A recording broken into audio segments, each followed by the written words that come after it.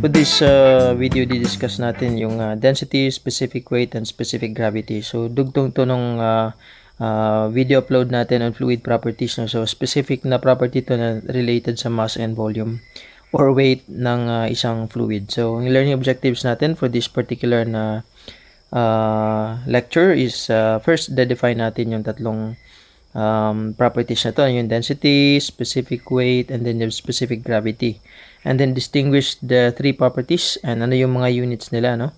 And then i-relate din natin yung mga properties na yun gamit yung mga equations. So meron tayong distinguish, meaning differentiate natin, tapos i-relate din natin, no?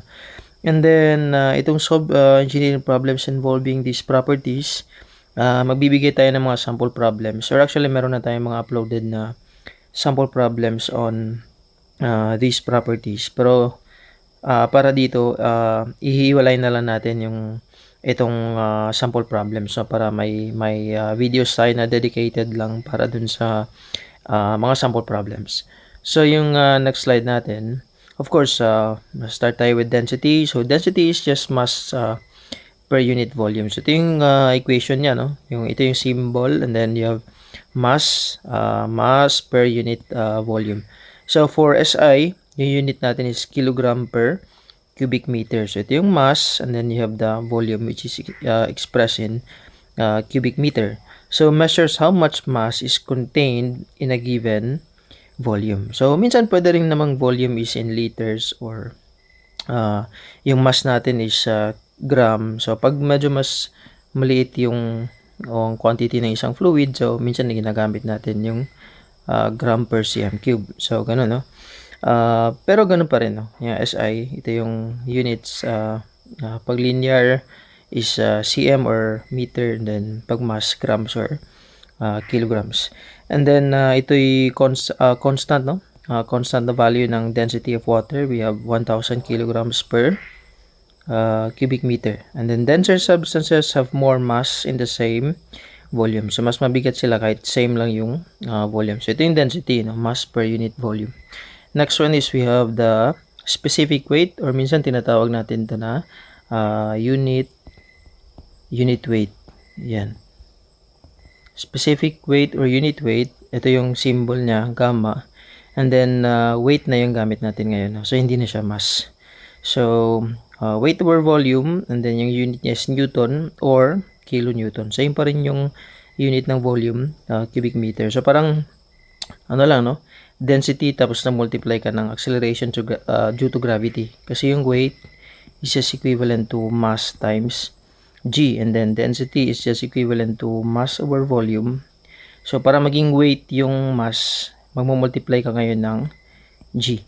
Kaya ito, parang naging density lang, tapos may g ka na minultiply para makuha mo yung weight over volume na unit weight.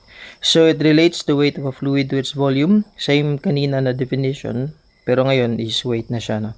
So for water, approximately 9.81 kilonewton per cubic meter. Kasi actually, meron kang 1,000 dito, tapos meron kang 9.81.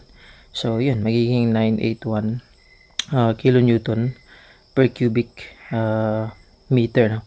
Actually, yung lalabas dito yung 1,000 kilogram. That's kilogram per cubic meter. Tapos meron kang 9.81 meter per second squared. So ito magiging Newton, no? So magiging Newton per cubic meter. So we have 1,000 kilograms, and then you have 981. Tapos Newton per cubic meter, divide mo ulit ng 1,000. So magiging 9.81 kilonewton. So ang lalabas dito, you have 9810. 9810 Newton per cubic meter. But pag i-divide mo ngayon ng 1,000 yan, so magiging 9.81 na lang, which is kilonewton per cubic meter. So ito na yun, constant na unit weight ng water. Specific weight is useful in pressure and hydrostatics. Pressure and hydrostatics. Yeah. So analysis ng pressure tsaka hydrostatics. Kasi of course, dun sa mga energy equation may lalabas ng mga values like ganito, no? Pressure divided by unit weight, or may mga ibang applications pa na nagagamit natin yung unit weight. Next one is we have specific gravity. So specific gravity is just the ratio, no? Ratio of density or unit weight to of a substance to the density of water. So ito lang, no? Density na substance divided by density ng water, or pwede rin na unit weight na substance divided by unit weight ng water. So walang dimension yan, no? Kasi pare ng unit yung nasa taas sa baba. Ito rin, pare ng unit yan.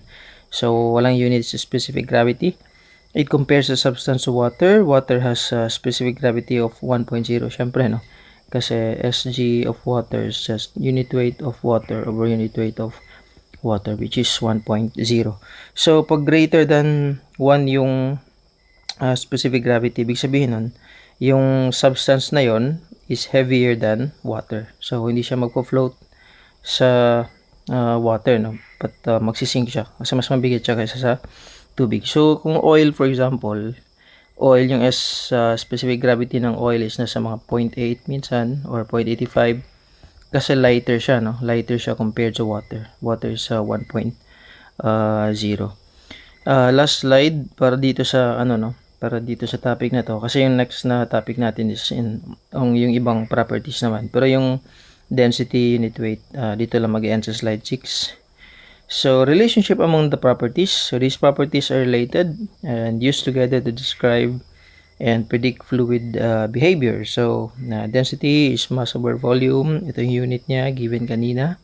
Multiply mo lang ng G, makukuha mo na ngayon si specific weight or unit weight. Tapos ito naman yung unit niya.